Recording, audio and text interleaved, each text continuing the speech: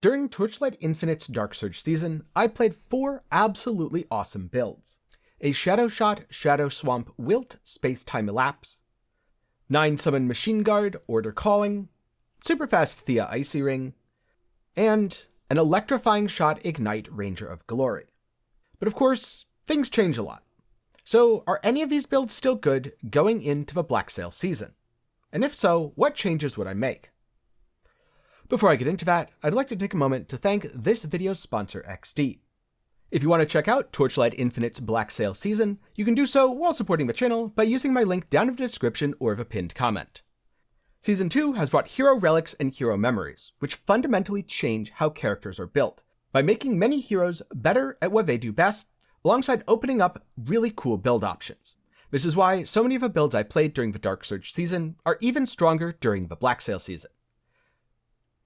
So first up, the Shadow Shot, Shadow Swamp build.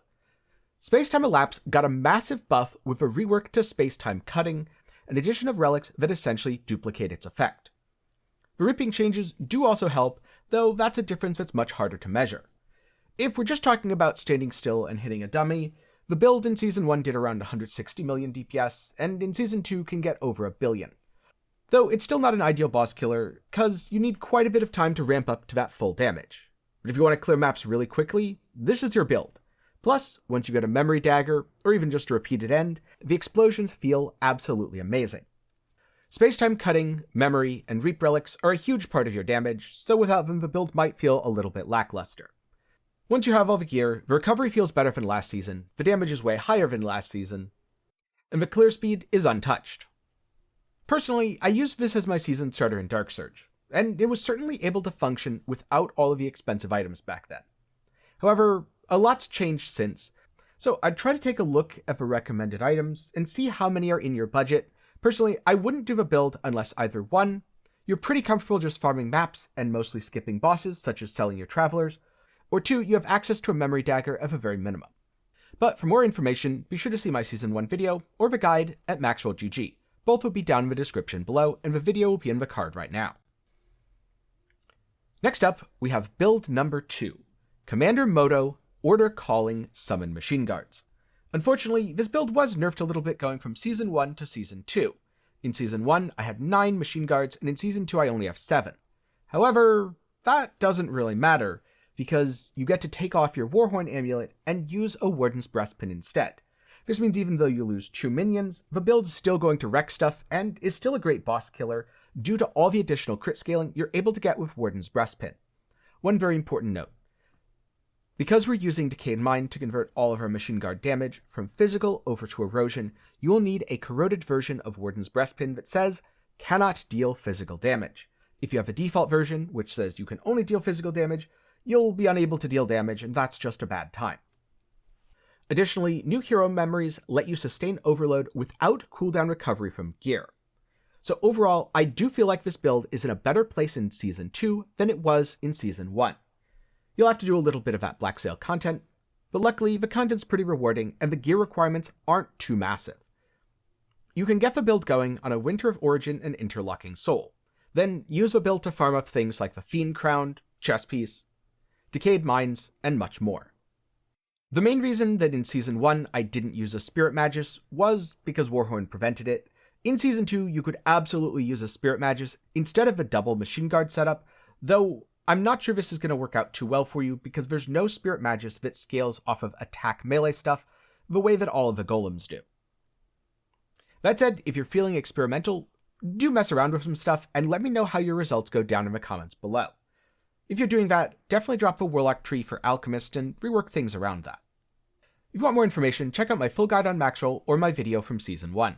And on the other hand, if you want to build for the new Exploding Moto, Charge Calling, I also have that, which will be down in the description below.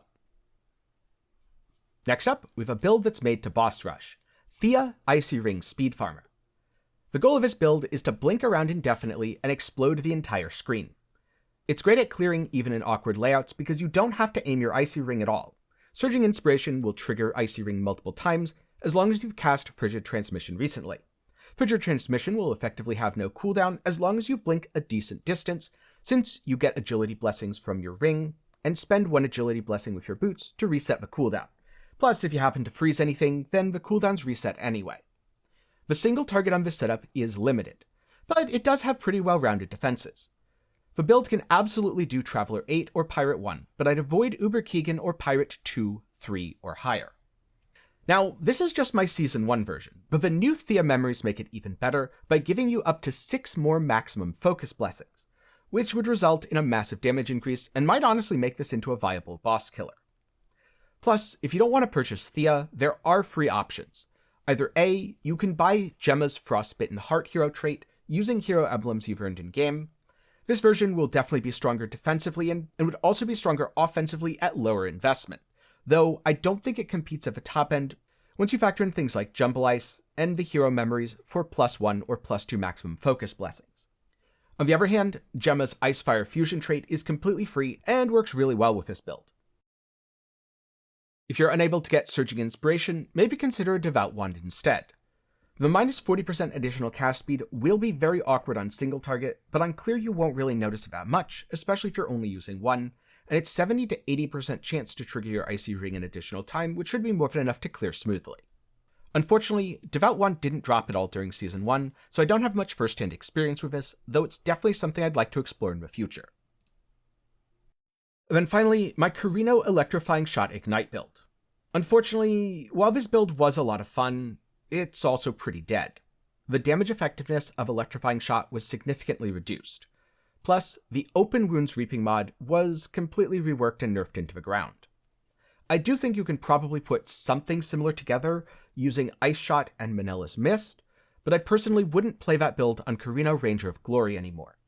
Instead, I'd go for something like Gemma Ice-Fire Fusion, or maybe Youga's Space-Time Elapse. This is another thing on my very long list of, in the future, I might end up playing it. But for now, I'm just going to enjoy the memories of a build when it worked really well. Though, if you want something completely new to play that has a really fast playstyle, I'd suggest my season start appropriate deck stacking Erica build. Video for that will both be in the card and down in the description below alongside the written guide from Maxroll. So overall, I expect we'll see a lot of changes going from season to season in Torchlight Infinite. There were plenty of great builds in Dark Surge that never really got the attention they deserved, and I'm sure there's going to be plenty of builds in Blacksail that are incredible and we just haven't discovered how to do them yet. Build diversity and creativity are one of my favorite things about Torchlight Infinite. I had a lot of fun with all of my Season 1 characters, and I'm looking forward to making new stuff in Season 2. Luckily, this time, 3 builds did end up coming through, and are either playable or, in some cases, really awesome.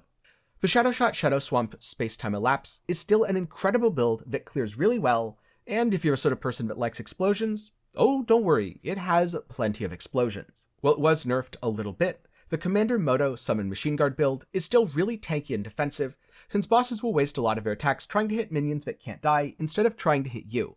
And overall, while it did take some nerfs, it's certainly still very playable, it can clear maps no problem, and makes for an excellent boss killer. Then finally, the Icy Ring Thea is another speed farmer that excels at boss rushing.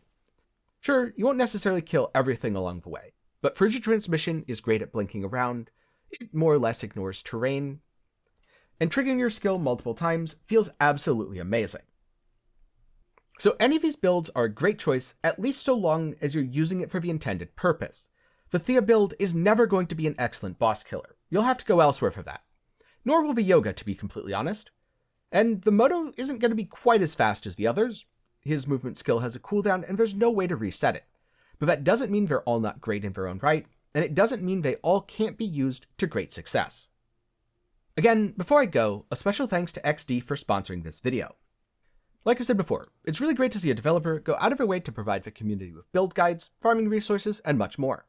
So if you want to check out Torchlight Infinite's Blacksail season, while also supporting the channel, do be sure to use my link down below in the description or the pinned comment to check out the game. But now I have a question for you.